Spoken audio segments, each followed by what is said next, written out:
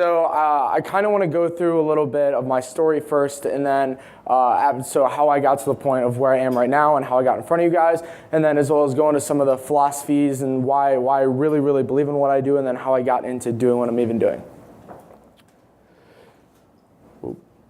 So when I was super little, around 7, 8 years old, I would go through my neighborhood when I was bored and find out all the really cool rocks. So so shiny, quartz, whatever kind of, like I was a huge rock nerd. I was a really weird kid, don't ask. And I would pick the coolest rocks and I'd go to someone's front door and then I'd try to sell it to them, just out of pure habit. And then right after that, probably 9, 10, 11, I would have my sisters run lemonade stands for me. So like kind of a franchising lemonade stand model in my own neighborhood, while I'd go inside, play video games, eat, do whatever I wanted. Shout out to my sister Madeline, she got conned. And then a little bit after that, I was really big into baseball cards, collectibles, eBay, Craigslist, all that kinds of stuff. I just picked Pete Rose, J.R. Smith, and Deacon Jones because those are my 3 favorite athletes across the 3 sports that I played. So the baseball card thing was really big for me because it showed me like you could like profit margins, like I could meet whoever I wanted to, and I could make money while I was sleeping. So it really kind of set the precedent for a lot of my entrepreneurial roots and fundamentals, and it gave me a proxy to be able to do what I would do next. So that's my best friend Patrick on the right. In middle school, I've always been a horrible student, right? So I would have Patrick do my homework assignments for me, along with all my other friends, and then I would go to the copy machine, pay 5 cents, and then sell the homework that he did for me to all the other students in the grade. So that got me almost expelled. And I was, around the same time, I was diagnosed with ADD, ADHD, forms of dyslexia, all of that stuff. So at the time, I thought I was really stupid, worthless, didn't really have any direction. I didn't really know a model of someone who said, screw the system in a way, and then still became successful after that. So it's funny, someone yesterday said that I reminded them of Ferris Bueller, so I'll take that one every day of the week. And then so after I almost got expelled and I was diagnosed with all of that stuff, I reached out to 2 people when I was 13 and a half and 14 that kind of changed my life and set the precedent for who I am today. And the first one on the left, some of you might know, is Cameron Harold. When I found out I was diagnosed with all this stuff, I Googled ADHD entrepreneur. I did, like, I heard my dad on a business call, and he's like, oh, my son has all these entrepreneurial traits, like, and I was like, oh, shit, what's entrepreneur mean? So I Googled ADHD entrepreneur. Cameron's TED Talk came up, Let's Raise Kids to Be Entrepreneurs.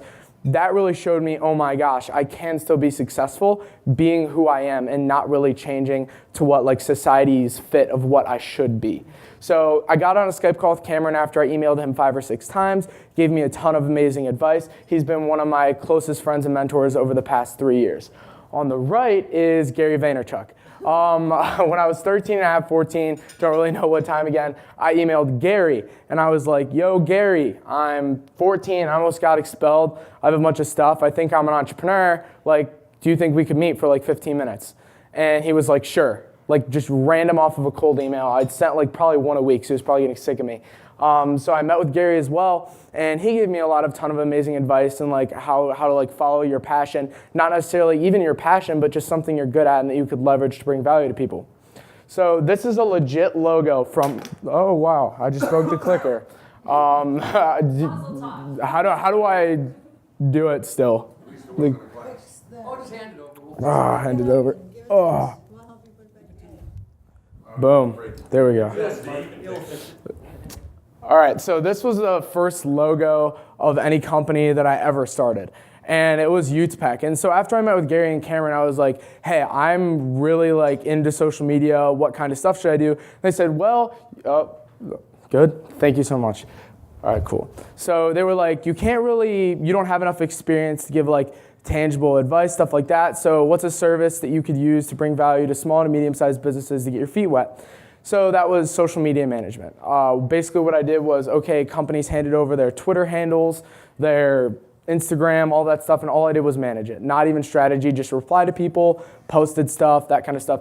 grew it to over 25 small to medium-sized businesses as clients in about a year and a half by the time I was 15. We ended up working with Mark Cuban companies and Vineyard Vines. And that's when I started to realize, wait a minute, people will actually listen to me and then get on the phone with me and then do what I say. And then I was like, ooh, this is cool. What can I do next? So me and my friends I'm not Steiner. I don't have an indoor basketball court. We're not decked out like that. But this is the closest example I could have to what my front yard looks like. And me and my friends were outside playing basketball for like 4 hours. Like, it's Cleveland. You don't get a lot of sun. So we're out there for a long time.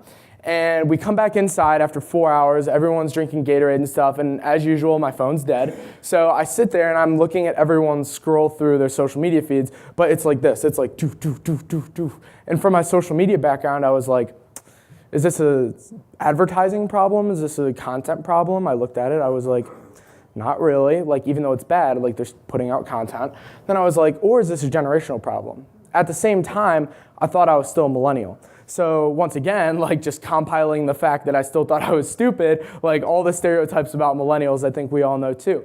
But as I did more research and figured out that I was a part of the most unique, influential, and diverse generation to ever walk the face of the earth, and a kind of consumer that brands have never had to encounter before, it was a proxy for me to start my first real business about 2 years ago. It's a youth marketing consultancy called Youth Logic. So basically, the second I figured out Generation Z is this thing, like no one's talking about it, I was like, wow, I can figure out a way to leverage my age to be able to give the advice to brands, take my marketing experience while still learning more, and use both of those things to make more money, travel more, meet cooler people, speak at even cooler places like Harvey Mackay Roundtable, and then do all of that really cool stuff.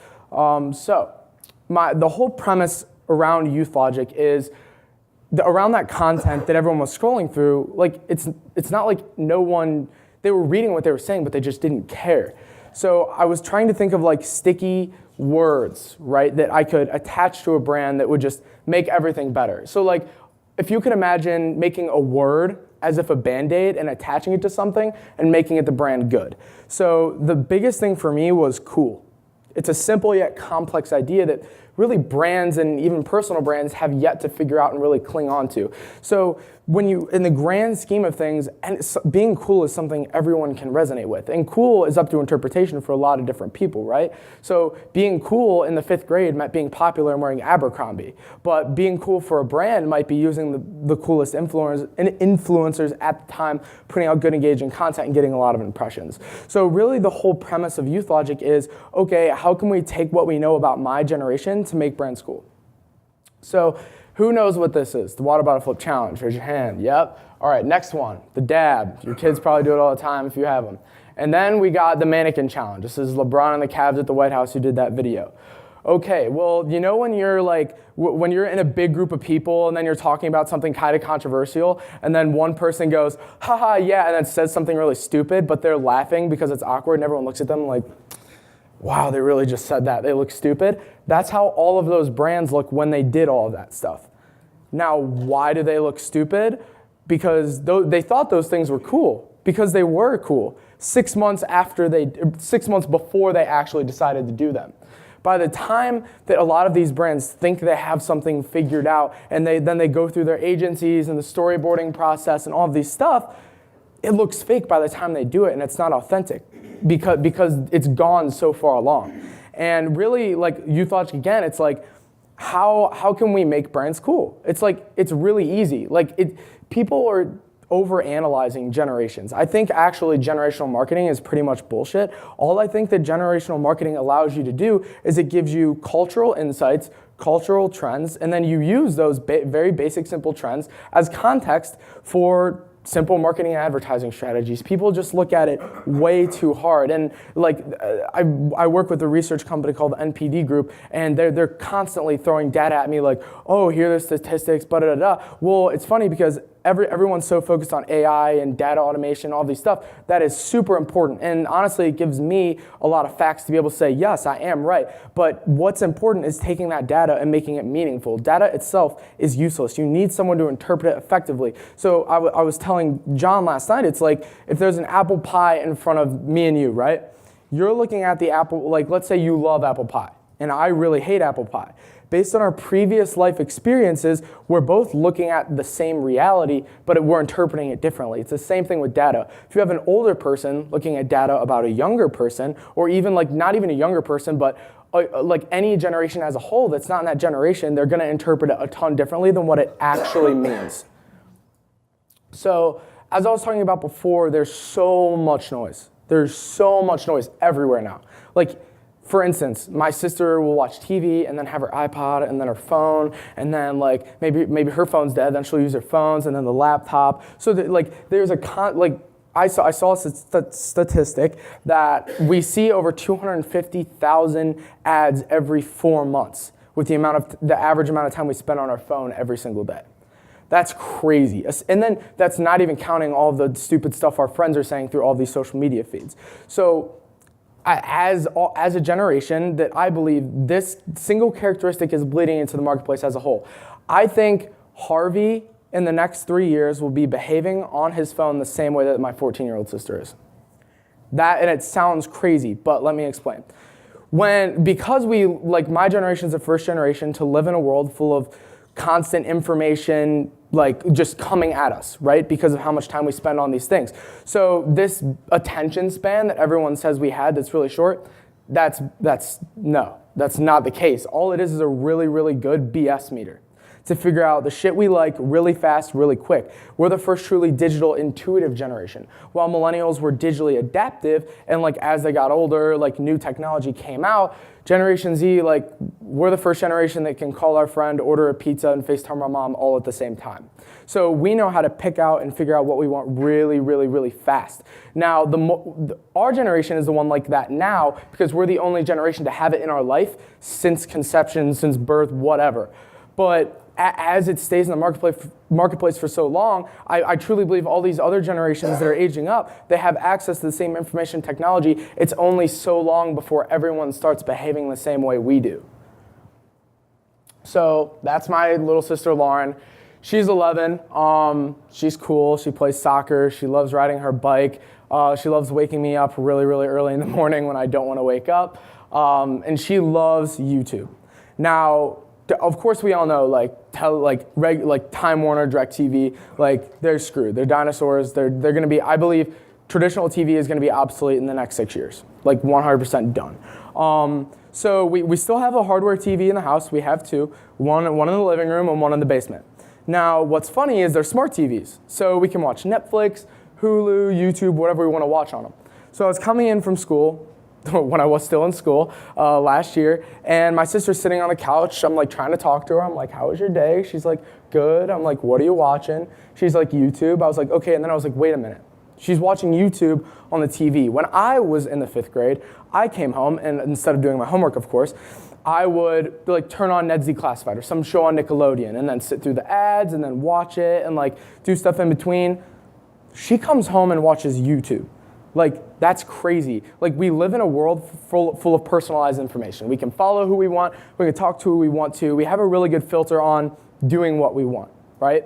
Now, it just makes sense that now our entertainment is now personalized. So it's no longer, okay, what's on this TV channel? We're going to have to do this at 8 o'clock. We're going to watch Shark Tank at 9. No, we don't have to do that. We can either TiVo it, or even better, we can go on YouTube. Now, here's the crazier thing. Now, that's my friend Jake, that's my friend Twan. They both have collectively probably over 70 million followers across all social media. These are two of what you hear a lot about an influencer. These are them. And here's what's even crazier. That's who Lauren was watching on YouTube. The Leonardo DiCaprios of yesterday are now being created on YouTube. Being featured in a major film doesn't mean that anyone's going to pay attention to you like you or even think you're cool. So she watches Jake. Jake puts out a daily vlog every single day. His whole theme is it's every day, bro, right?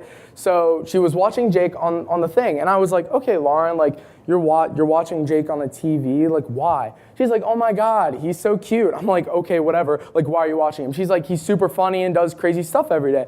I'm like, all right, whatever. And so I sit with her and I watch this entire thing, and this is about a year and a half ago, and I hear a brand, I'm not gonna say which brand, but Jake promoted a brand halfway through it. and Lauren didn't blink.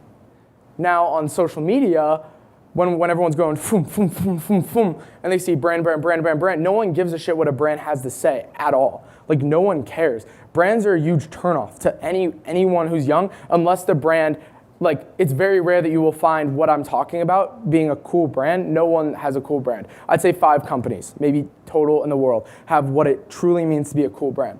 So she's watching them. Jake mentions a brand, and she didn't blink. And I asked, Lauren, did you see that he mentioned this brand? And she goes, no. So I asked her 5 minutes after, I'm like, okay, so like, what do you think about that brand? What do you think about Jake? She's like, oh, that's cool, that's fun, that's whatever. And I'm like, okay. So I start to think, and I'm like, influencer marketing, people were saying it was dead last year. I think influencer marketing is the only kind of marketing in the next 25 years. Like now, 25 years, influencer marketing is the only kind of marketing, and let me explain why. I think that if no one cares what a brand has to say, even if the brand is putting out content itself, the retention rate I'm watching is gonna be like maybe 15% throughout an entire video that they even put out, right? So an influencer gives it like I was talking about the Band-Aids and attaching words to brands, right? So for instance, Jake Paul, people associate like funny, engaging, relevant, charismatic, all of those adjectives with him. Now you pair all of those adjectives with a brand and tie them in effectively. If I ask my sister 5 minutes after that video, hey Lauren, so what do you think of this brand and Jake Paul? She's gonna say, oh yeah, it was really fun, cool, engaging, relevant, stuff like that. But wait a minute, if I ask her a day after, she'll be like, oh, whatever, it's just a brand. So what does that mean? It means consistency. Because I promise you, after one time, 5 minutes after, she'll be like, oh yeah, that was dope. And then if I ask her, after she's seen it 9 times over the course of a month or 2, she's gonna be like, oh my God, I freaking love whatever brand decided to do that. So, and it's science too. Like, I promise you, I've never been in a doctor class, I don't have a PhD, but I read this really, really good book called The Culture Code by Clotaire Rapazilli one time, and it changed my entire perspective on this. There's 3 parts of the brain. The first is the cortex, so like the surface level, thoughts and actions, stuff like that. The second is the limbic, so it's your thoughts, and not your thoughts, but your emotions, so love and hate, like kind of that pool. And then the third is the reptilian part of the brain, which is funny that it's the least talked about neurologic part of the brain. It's the oldest part of the brain. It's the same part you'll find in animals. You know how like sometimes you'll wake up and like you'll just be like, what's going on? Or like you'll hear a loud noise and you'll be like, boom, you'll like go to your knees. That's because that's the part of your brain that controls all of your subconscious thinking. And like that's the part of your brain where like if you heard a gunshot out in the distance, God forbid, you'd freak out because it's just an alert sensory system in your brain that you don't think about. Right now, the reptilian part of your brain is scanning millions of things in this room for possible threats, but you don't know what's happening. The reptilian part of the brain controls your subconscious thinking. Now, how is that formed? Through association. So it's science. Like literally influencer marketing is science. So if we can continuously train the reptilian part of the brain and those neurosensors to subconsciously associate brands with coolness, it's game over. So in the 60s, the youth was very like, okay, screw big business, screw organizations, we're gonna like protest, and that's how we're gonna get our voice out. Now, because like we have our cell phones, it isn't necessarily like that anymore. In the 60s, the youth were very counterculture. Today, youth are creating culture. So you notice how I talked about the water bottle flip and the dab and like the mannequin challenge? Like my dad was doing that stuff 4 months later, so that got me thinking too, like, okay, like my dad is trying to be cool. Like literally, like my dad's trying to be cool. And then brands are trying to be cool too.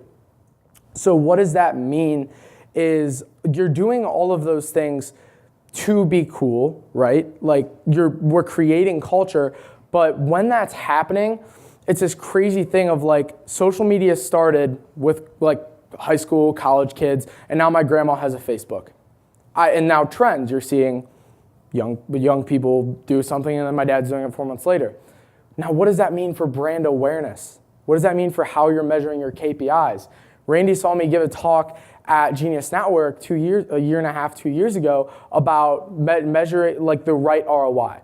Like return on investment, that's all I hear about when I go and talk to brands. So what's the click-through, what's the da-da-da, like all of that makes sense and it's necessary. But if you change your KPIs from return on investment to return on interaction and harvesting real human engagement and relationship creating, then that just allows you to create this massive, monstrous, cool brand.